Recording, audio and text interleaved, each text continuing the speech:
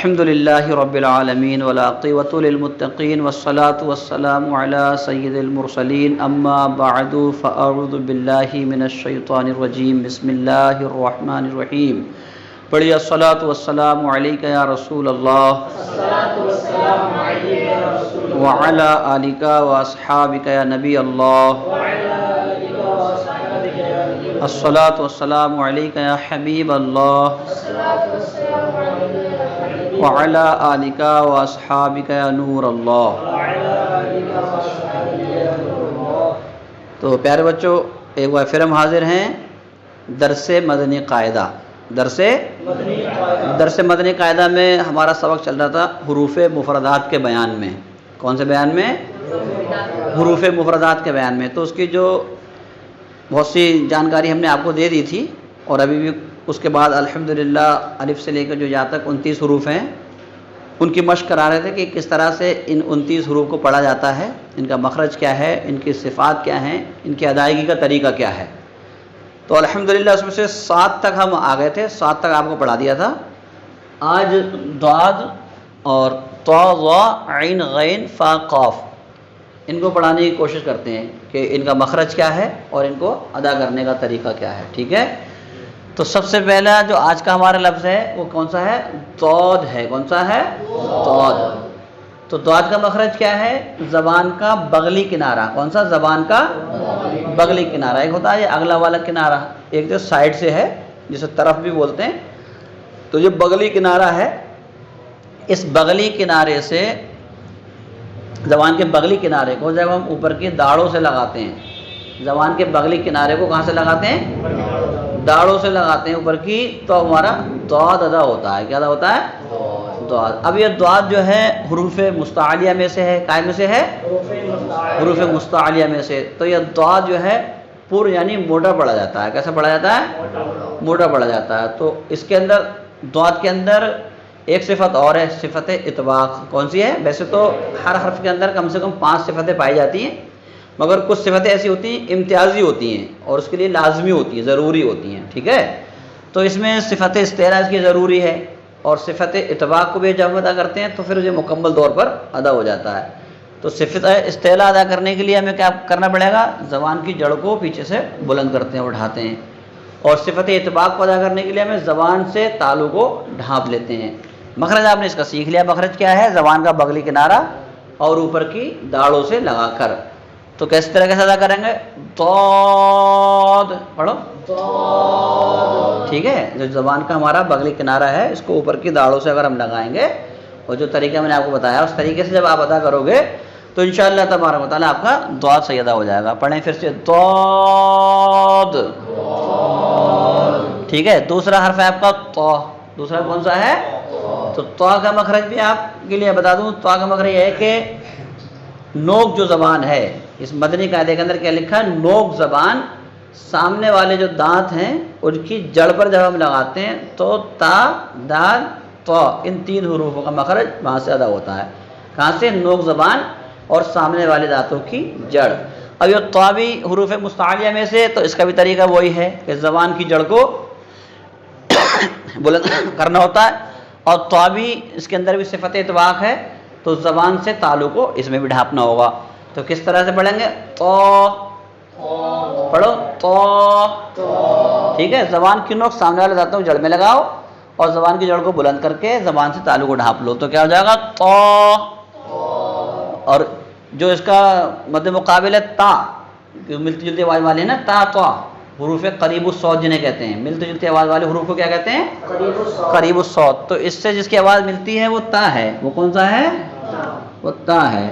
تو تا کو ادا کرنے میں زبان کو بالکل سیدھا رکھیں گے اور زبان سے تالو کو ڈھانپیں گے نہیں، اور اس میں زبان کی جڑ کو اٹھائیں گے اور زبان سے تالو کو ڈھانپیں گے. خیر. وا. وا کا مخرج کیا ہے؟ وا کا مخرج ہے آپ کا سرا زبان اور اوپر والے دانتوں کا نچلا اندرونی حصہ. پاس میں آپ سرا زبان اور اوپر والے دانتوں کا نچلا اندرونی حصہ، جب اس سے ہم اپنی زبان کو لگاتے ہیں، اوپر والے دانتوں کے نچلے اندرونی حصے سے جب ہم اپنی زبان کا سرا لگاتے ہیں تو وا ادا ہوتا ہے. وہیں سے زال بھی ادا ہوتا ہے. بات سمجھ رہے ہیں؟ وہیں سے فا بھی ادا ہوتا ہے. تو اس کا جو قریب الصوت والا حرف ہے وہ کون سا ہے؟ زال ہے. کیا ہے؟ زال ہے. اب یہ مخرج تو دونوں کا ایک ہی ہے. مخرج دونوں کا کیا ہے؟ ایک ہی ہے. تو فرق کیسے ہوگا؟ فرق ایسے ہوگا کہ زال باریک حروف میں سے ہے. زال کو ادا کرتے وقت زبان کو سیدھا رکھیں گے، بات سمجھ رہے ہیں، اور زبان سے تعلق ڈھانپنا بھی نہیں ہوگا.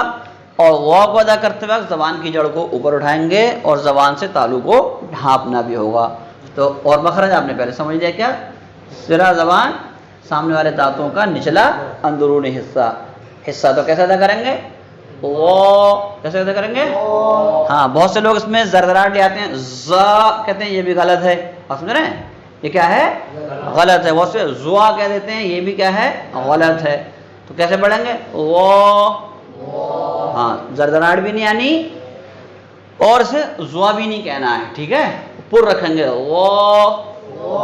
ٹھیک. عین، عین تو آسان حرف ہے ہمارے اور آپ کے لیے، مگر جنہیں نہیں آتا ہے وہ بھی سیکھ لیں، ان کے لیے بھی آسان ہو جائے گا.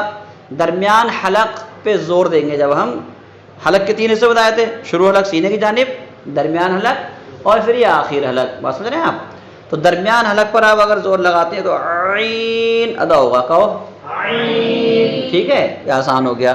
غین، تو غین کا جو مخرج ہے وہ آخر حلق ہے. وہ کون سا ہے؟ آخر حلق. یہ یہاں پر آپ جب لگائیں، آواز زور دیں گے یہاں پر، تو آپ کیا ہوگا؟ غین.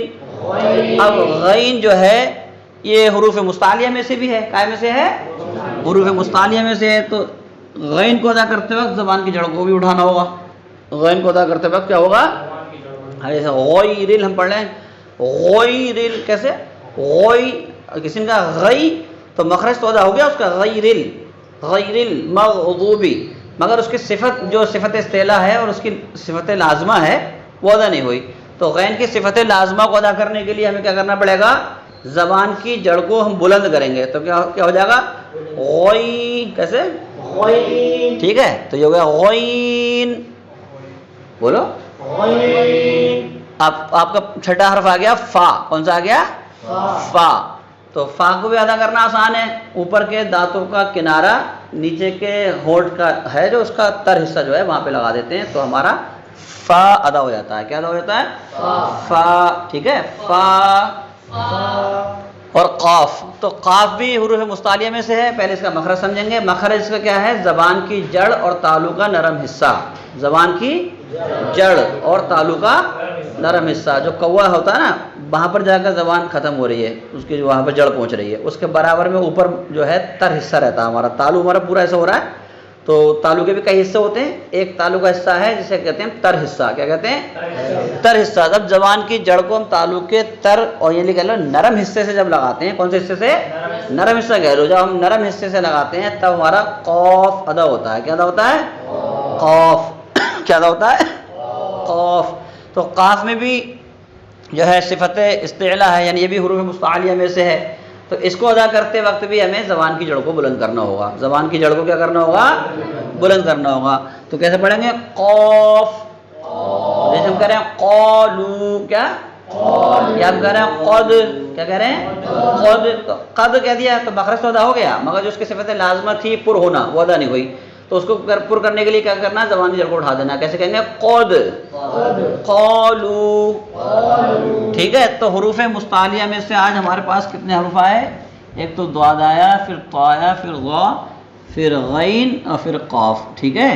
تو غین اور قاف میں تو صرف زبان کی جڑ کو اوپر اٹھانا تھا، اور ان میں زبان کی جڑ کے ساتھ ساتھ زبان سے تعلق کو ڈھانپنا بھی تھا. ٹھیک ہے. یہ آج کے ان حروف مستعلیہ میں فرق تھا. ایک بار پھر سے دوہرا لو. ضاد، طا، ظا، عین، غین، فا، قاف. ٹھیک ہے.